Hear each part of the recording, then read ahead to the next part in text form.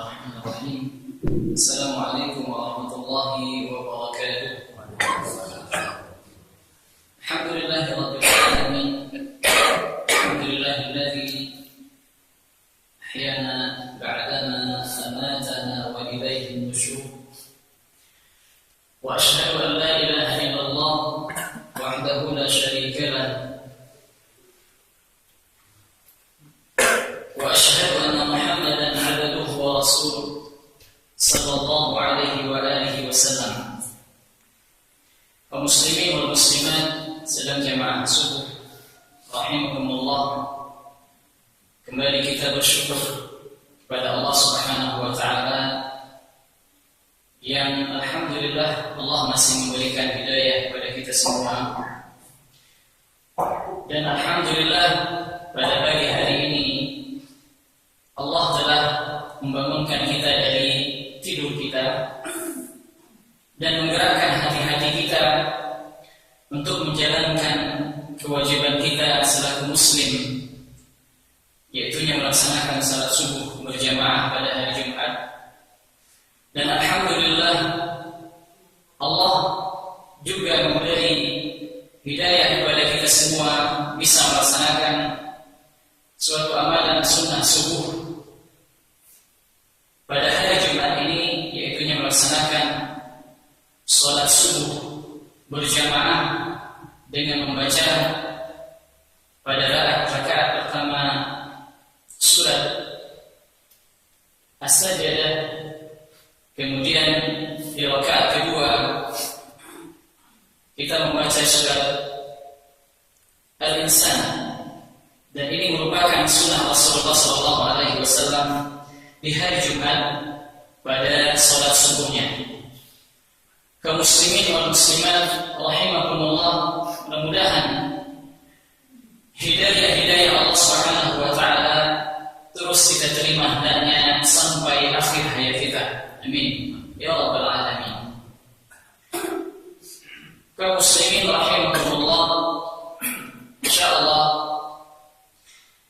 kajian kita pada Jumat hari ini biiznillah kita akan sama-sama mengingatkan kepada kita semua, terutama kepada kita pribadi, yaitu mengingat bahwasanya kehidupan dunia pastilah diakhiri dengan kematian. Kehidupan dunia pastilah diakhiri dengan kematian. Kaum muslimin rahimakumullah, di dalam hadis Rasulullah SAW,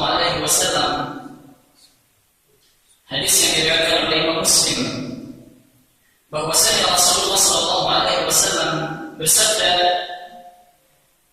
"Yub'atsu kullu 'abdin 'ala ma mata 'alaihi." Bahwasanya setiap hamba akan dibangkitkan berdasarkan kondisi dia meninggal. Kaum muslimin rahimakumullah, dengan melihat hadis ini dan membaca hadis ini, tentunya kita berharap semua kaum muslimin, terutama kita yang berada di masjid ini, kita hendaknya dipanggil oleh Allah Subhanahu wa taala dalam keadaan beramal saleh. Kita berharap kepada Allah Subhanahu wa taala sewaktu ajal dicabut oleh Allah Subhanahu wa taala, atau nyawa kita dicabut oleh Allah Subhanahu wa taala, kita berharap dalam melakukan sebuah amal saleh, apapun amal saleh. Dan ini tidak mudah. Betapa banyak kaum muslimin dan semua orang pengen mengakhiri hidupnya dengan husnul khatimah. Tidak sedikit kita jumpai atau kita dengar mereka mengakhiri hidupnya dengan su'ul khatimah. Dan banyak pula kita dengar bahwasanya kaum muslimin mengakhiri hidupnya dengan husnul khatimah. Mudah-mudahan kita dipanggil oleh Allah Subhanahu wa taala dalam husnul khatimah. Amin ya rabbal alamin. Di dalam sebuah syair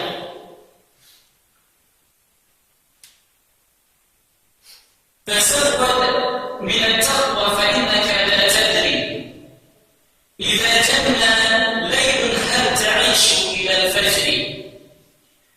Berberkatlah kamu dengan ketakwaan, karena sesungguhnya engkau tidak tahu jika malam telah tiba apakah engkau masih bisa hidup hingga pagi hari.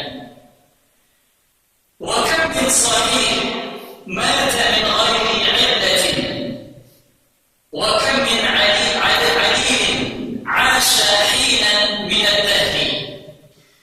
Betapa banyak orang yang sehat kemudian meninggal tanpa didahului sakit, dan betapa banyak orang yang sakit yang masih bisa hidup beberapa lama lagi.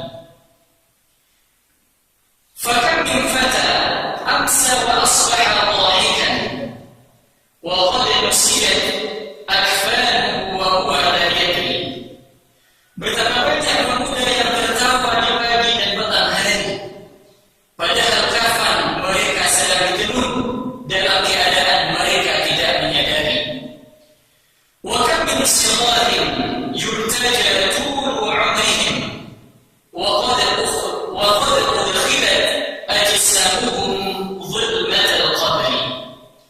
Betapa banyak anak-anak yang diharapkan panjang umur, padahal tubuh mereka telah dimasukkan dalam kegelapan kubur. Wa kam min 'arusin zayyanuha li zawjiha wa qad qubidat arwahuhum lailatal qadr. Betapa banyak mempelai wanita yang dihias untuk dipersembahkan kepada mempelai lelaki, padahal ruh mereka telah dicabut tatkala di malam Lailatul Qadr. Kaum muslimin rahimahumullah, syair ini secara umum menjelaskan bahwasanya ajal maut tidak memandang siapapun. Anak-anak, dewasa, yang cantik, yang jelek, pemuda yang kuat, pemuda yang lemah, ajal tidak memandang itu. Akan tetapi dia akan datang kapan saja dia mau. Tentunya ajal ini hanya Allah lah yang tahu. Oleh karena itu, tentunya kita mempersiapkan diri yang sangat mempersiapkan diri untuk menemui ajal kita. Tentunya kita berharap juga seperti yang kita sampaikan, semoga Allah memanggil kita dalam keadaan beramal saleh. Kaum muslimin rahimahumullah,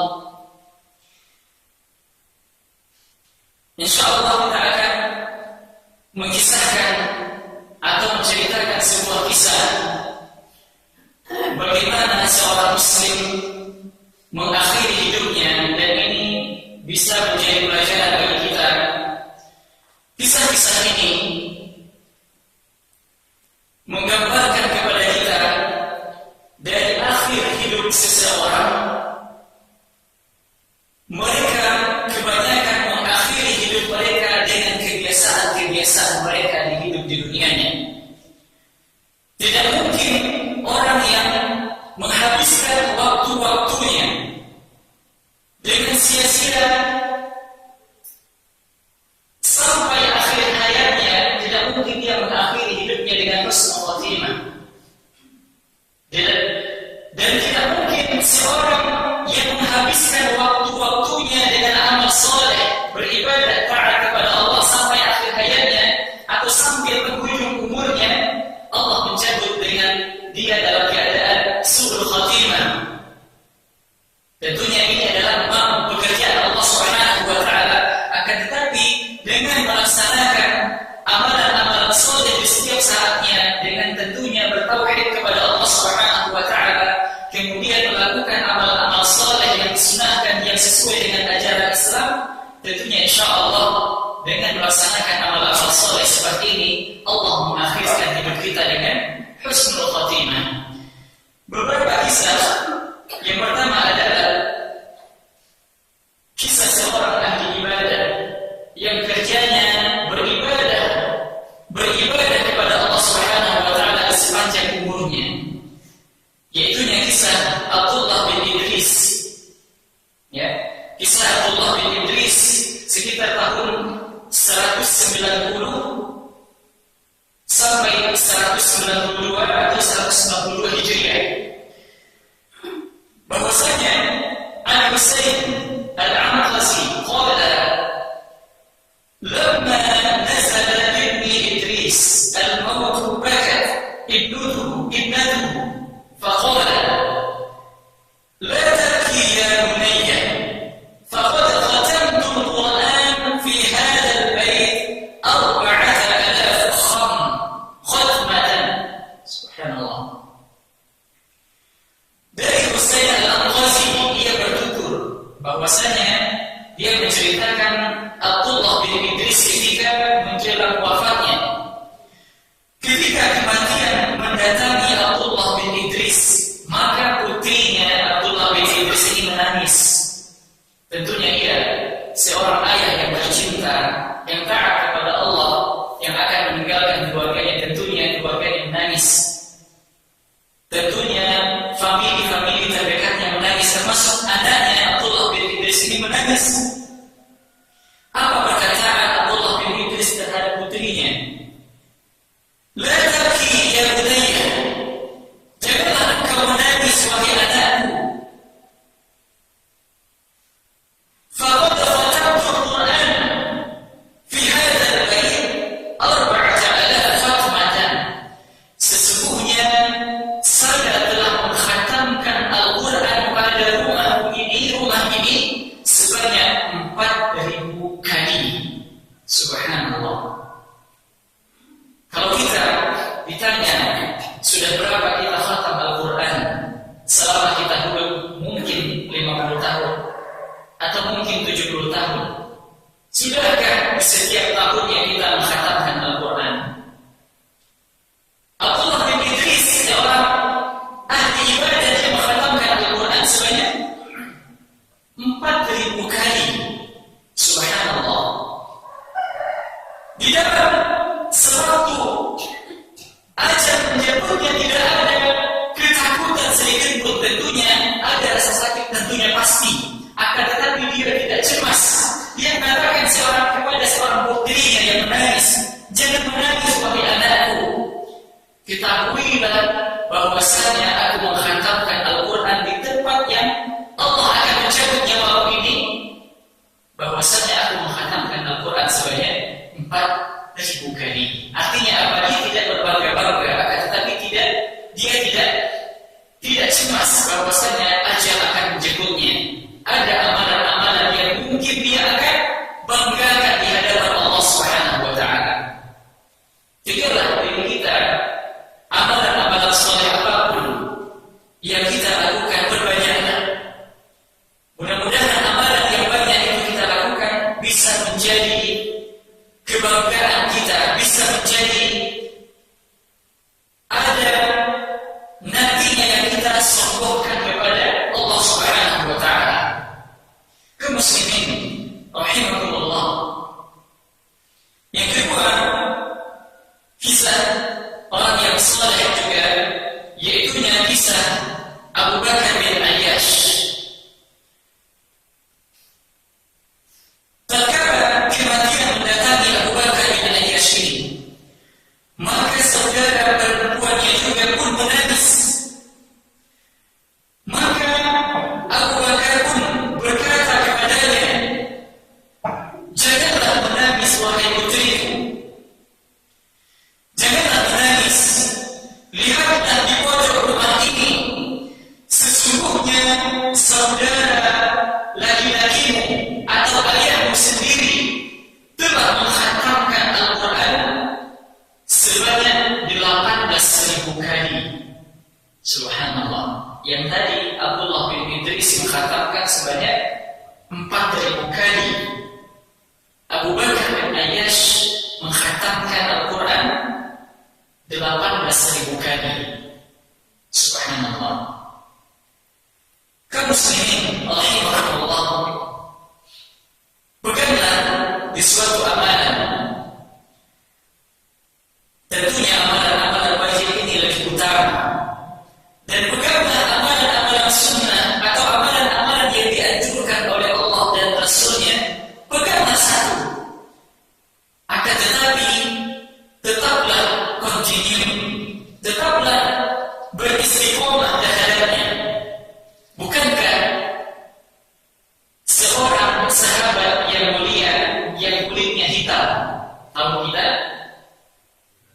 Bilal bin Rabah radhiyallahu anhu, seorang sahabat yang berkulit hitam, yang dibandingkan dengan mungkin bapak-bapak, ibu-ibu, dibandingkan dengan kulit kita semua sangat berbeda. Akan tetapi Allah tidak melihat itu. Kita tahu Bilal bin Rabah adalah seorang muazzin Rasulullah SAW di Masjid Nabawi Asy-Syarif. Dan di samping muazzin, Bilal bin Rabah memiliki satu amalan sunnah yang setiap hari, di setiap saat dia terus menjaganya. Dan bukankah kita sudah mendengar hadis ini? Dia menjaga wudunya di setiap saatnya dan membarengi di setiap selesai berwudu dengan salat 2 rakaat, salat sunnah wudu. Apa perkataan Rasulullah SAW terhadap Bilal? Wahai Bilal, apakah ibadah yang membedakan kamu dengan sahabat-sahabat kamu yang lain? Ya, seperti itulah maknanya. Apakah amalan yang luar biasa yang kau dapatkan? Bilal menjawab, ya Rasulullah, amalan biasa-biasa saja, sama dengan sahabat-sahabat yang lain.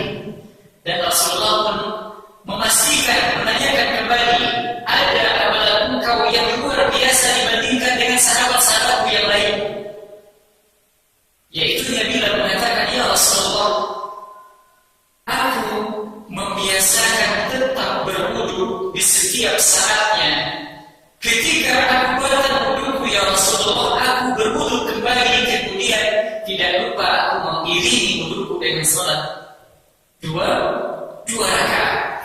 Ya Bilal, dengan seperti itu amalan engkau menjaga amalan sunnah tersebut, amalan yang dianjurkan, yang dianjurkan oleh Allah dan Rasulnya.